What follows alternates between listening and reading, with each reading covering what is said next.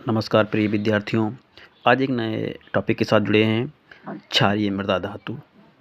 तो क्षारीय मृदा धातु क्या है कि जो क्षारीय मृदा धातु है वो वर्ग 2 के अंतर्गत आते हैं। यानी कि जितने भी क्षारीय मृदा धातु हैं वो जो तत्व हैं वो वर्ग 2 के अंतर्गत आते हैं, क्योंकि जो वर्ग होते हैं हमारे 18 होते हैं और दूसरे नंबर के वर्ग में ये क्षारीय मृदा धातुएँ आती हैं।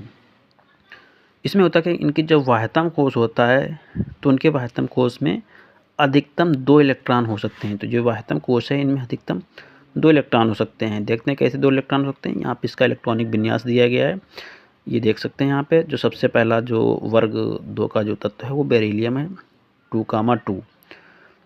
वर्ग 2 के अंतर्गत जो दूसरी क्षारीय मृदा धातु है वो मैग्नीशियम है। यहाँ पे देख सकते हैं जो वाह्यतम कोश का इलेक्ट्रॉन है ये हमारा है, ये वाह्यतम कोश का इलेक्ट्रॉन है। जो तीसरा तत्व है वो कैल्शियम है। इसमें भी देख सकते हैं कि हमारे जो वाह्यतम कोश या संयोजी कोश में 2 इलेक्ट्रॉन हैं।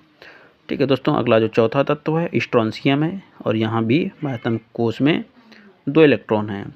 दोस्तों इसी में एक और भी तत्व होता है, रेडियम भी होता है, तो उसमें भी वाह्यतम कोश में 2 इलेक्ट्रॉन होते हैं। अब इसका गुण क्या है कि इनके ऑक्साइड क्षारीय होते हैं।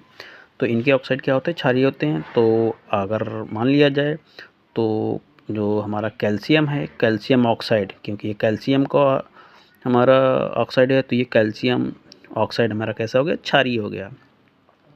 ये चांदी के समान सफ़ेद चमकदार धातुएं हैं, यानी कि इनकी जो प्रवृत्ति होती है वो सफ़ेद होती है और कैसी होती है, चांदी के समान होती है।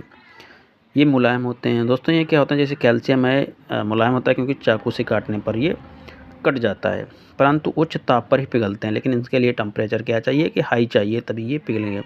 परमाणु क्रमांक बढ़ने पर इनके धन विद्युतीय लक्षणों में प्रवृत्ति होती है। जैसे जैसे परमाणु क्रमांक बढ़ता जाएगा तो इनका जो धन विद्युतीय लक्षण है वो बढ़ता चला जाएगा। धन्यवाद दोस्तों।